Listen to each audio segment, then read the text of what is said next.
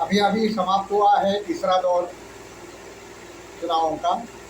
तो इससे इस बात का अनुमान लगाना निश्चित ही कठिन है कि भारतीय जनता पक्ष को कितने स्थान मिलेंगे। परंतु ये बात तो स्पष्ट है कि भारतीय जनता पक्ष आगे चल रहा है और आगे ही चलेगा।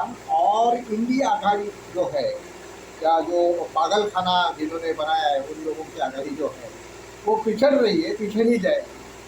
परंतु दूसरी बात इसके सामने उभर कर आ जाती है कि जिन शहरों में और जिन कस्बों में मुस्लिमों की लोक संख्या बहुत थी, उसमें बहुत भारी मतदान हुआ है। मतदान कराया जाए, इसके कारण इसके लिए फतवे जारी कर दिए गए और जगह जगह पे, चप्पे चप्पे पे उनको मतदान करने के लिए उकसाया जा रहा है, मतदान करने के लिए प्रेरित किया जा रहा है और वो मतदान कर रहे हैं। ये बात तो उनकी हो गई, वो पहले से ही मतदान में हिंदुओं से आगे ही चल रहे थे। लेकिन अब हिंदुओं को ये प्रतिशत जो है, 62-63% जो है वो बढ़ाना चाहिए और 10% आगे करके मतदान अगर हो जाएगा तो भारतीय जनता पक्ष 400 से पार हो सकती है। ऐसी सभी को उम्मीद है, आशा है, और इस आशा पर ये हिंदू समाज टिका हुआ है। ये आशा जब कार्यान्वित हो जाएगी, इसका सचमुच में इसका असर प्रत्यक्ष में आ जाएगा, तभी इस देश की आगे की योजना, भावी रण योजना जो है वो सकारात्मक हो सकेगी। अन्यथा एक भयानक विभिषा के सामने ये देश अपने को खड़ा हुआ समझ जाएगा। क्योंकि यह इंडिया आघाड़ी जो है उसका प्रमुख राहुल गांधी भले ही महामूर्ख है, उसको कोई बुद्धिमान व्यक्ति, अच्छा कूटनीतिज्ञ ये तो नहीं कह सकते हैं, परंतु उसके पीछे जो शक्ति और ताकत है कुछ दुष्ट शक्तियों की, उसमें सोनिया गांधी भी सम्मिलित है। उनकी एक योजना है और उस योजना के तहत ही उनका कार्य चल रहा है। और उस योजना के अंतर्गत मुस्लिमों की 100% वोट कांग्रेस को मिलने वाले हैं। तो कांग्रेस की जो स्थिति थी 44 स्थानों की, वो तो इस समय बढ़ने वाली है, तो निश्चित है।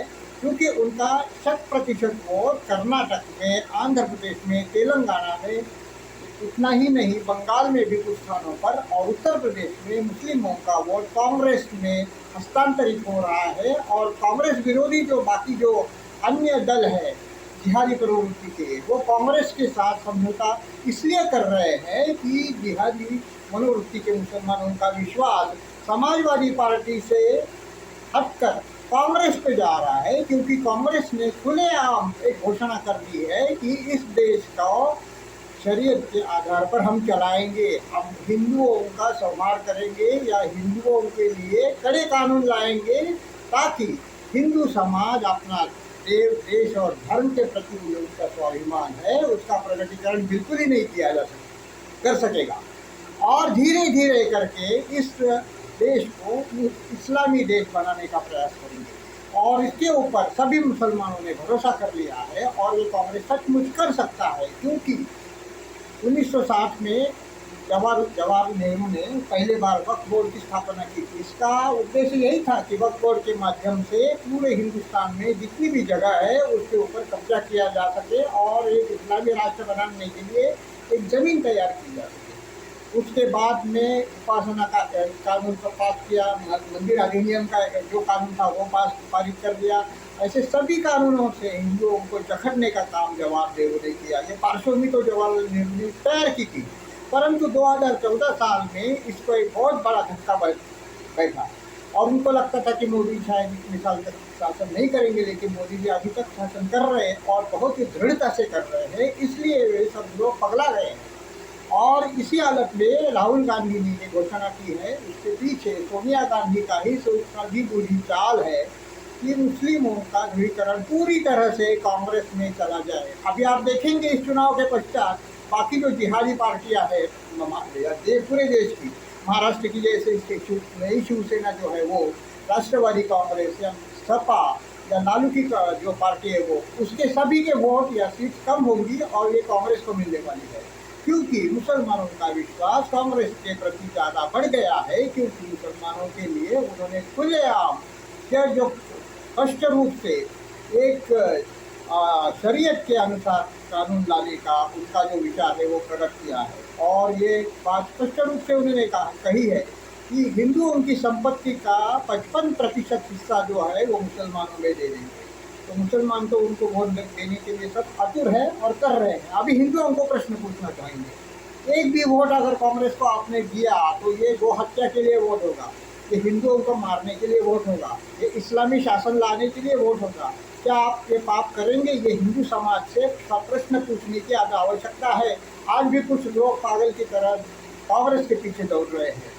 उनको हाथ जोड़कर विनती है, आपको भारत में रहना है तो कांग्रेस छोड़ दीजिए, कांग्रेस को छोड़कर भारतीय जनता पक्ष को सुदृढ़ कीजिए ताकि आप भारत में रह सके। भारतीय जनता पक्ष की सत्ता नहीं आएगी, कांग्रेस की सत्ता आई तो आपको अपना धर्म, आपका घर, अपने फौजी बच्चे सभी को छोड़कर इस देश से पलायन होकर जाना पड़ेगा। भले ही वो कांग्रेसी हो, कोई भी हो। कांग्रेसी नेता तो उस समय सिंध में भी थे, इसमें भी थे, बलूचिस्तान में भी थे, पंजाब में भी थे, बांग्लादेश जो बना था उसमें, पूर्व बंगाल उसमें भी थे।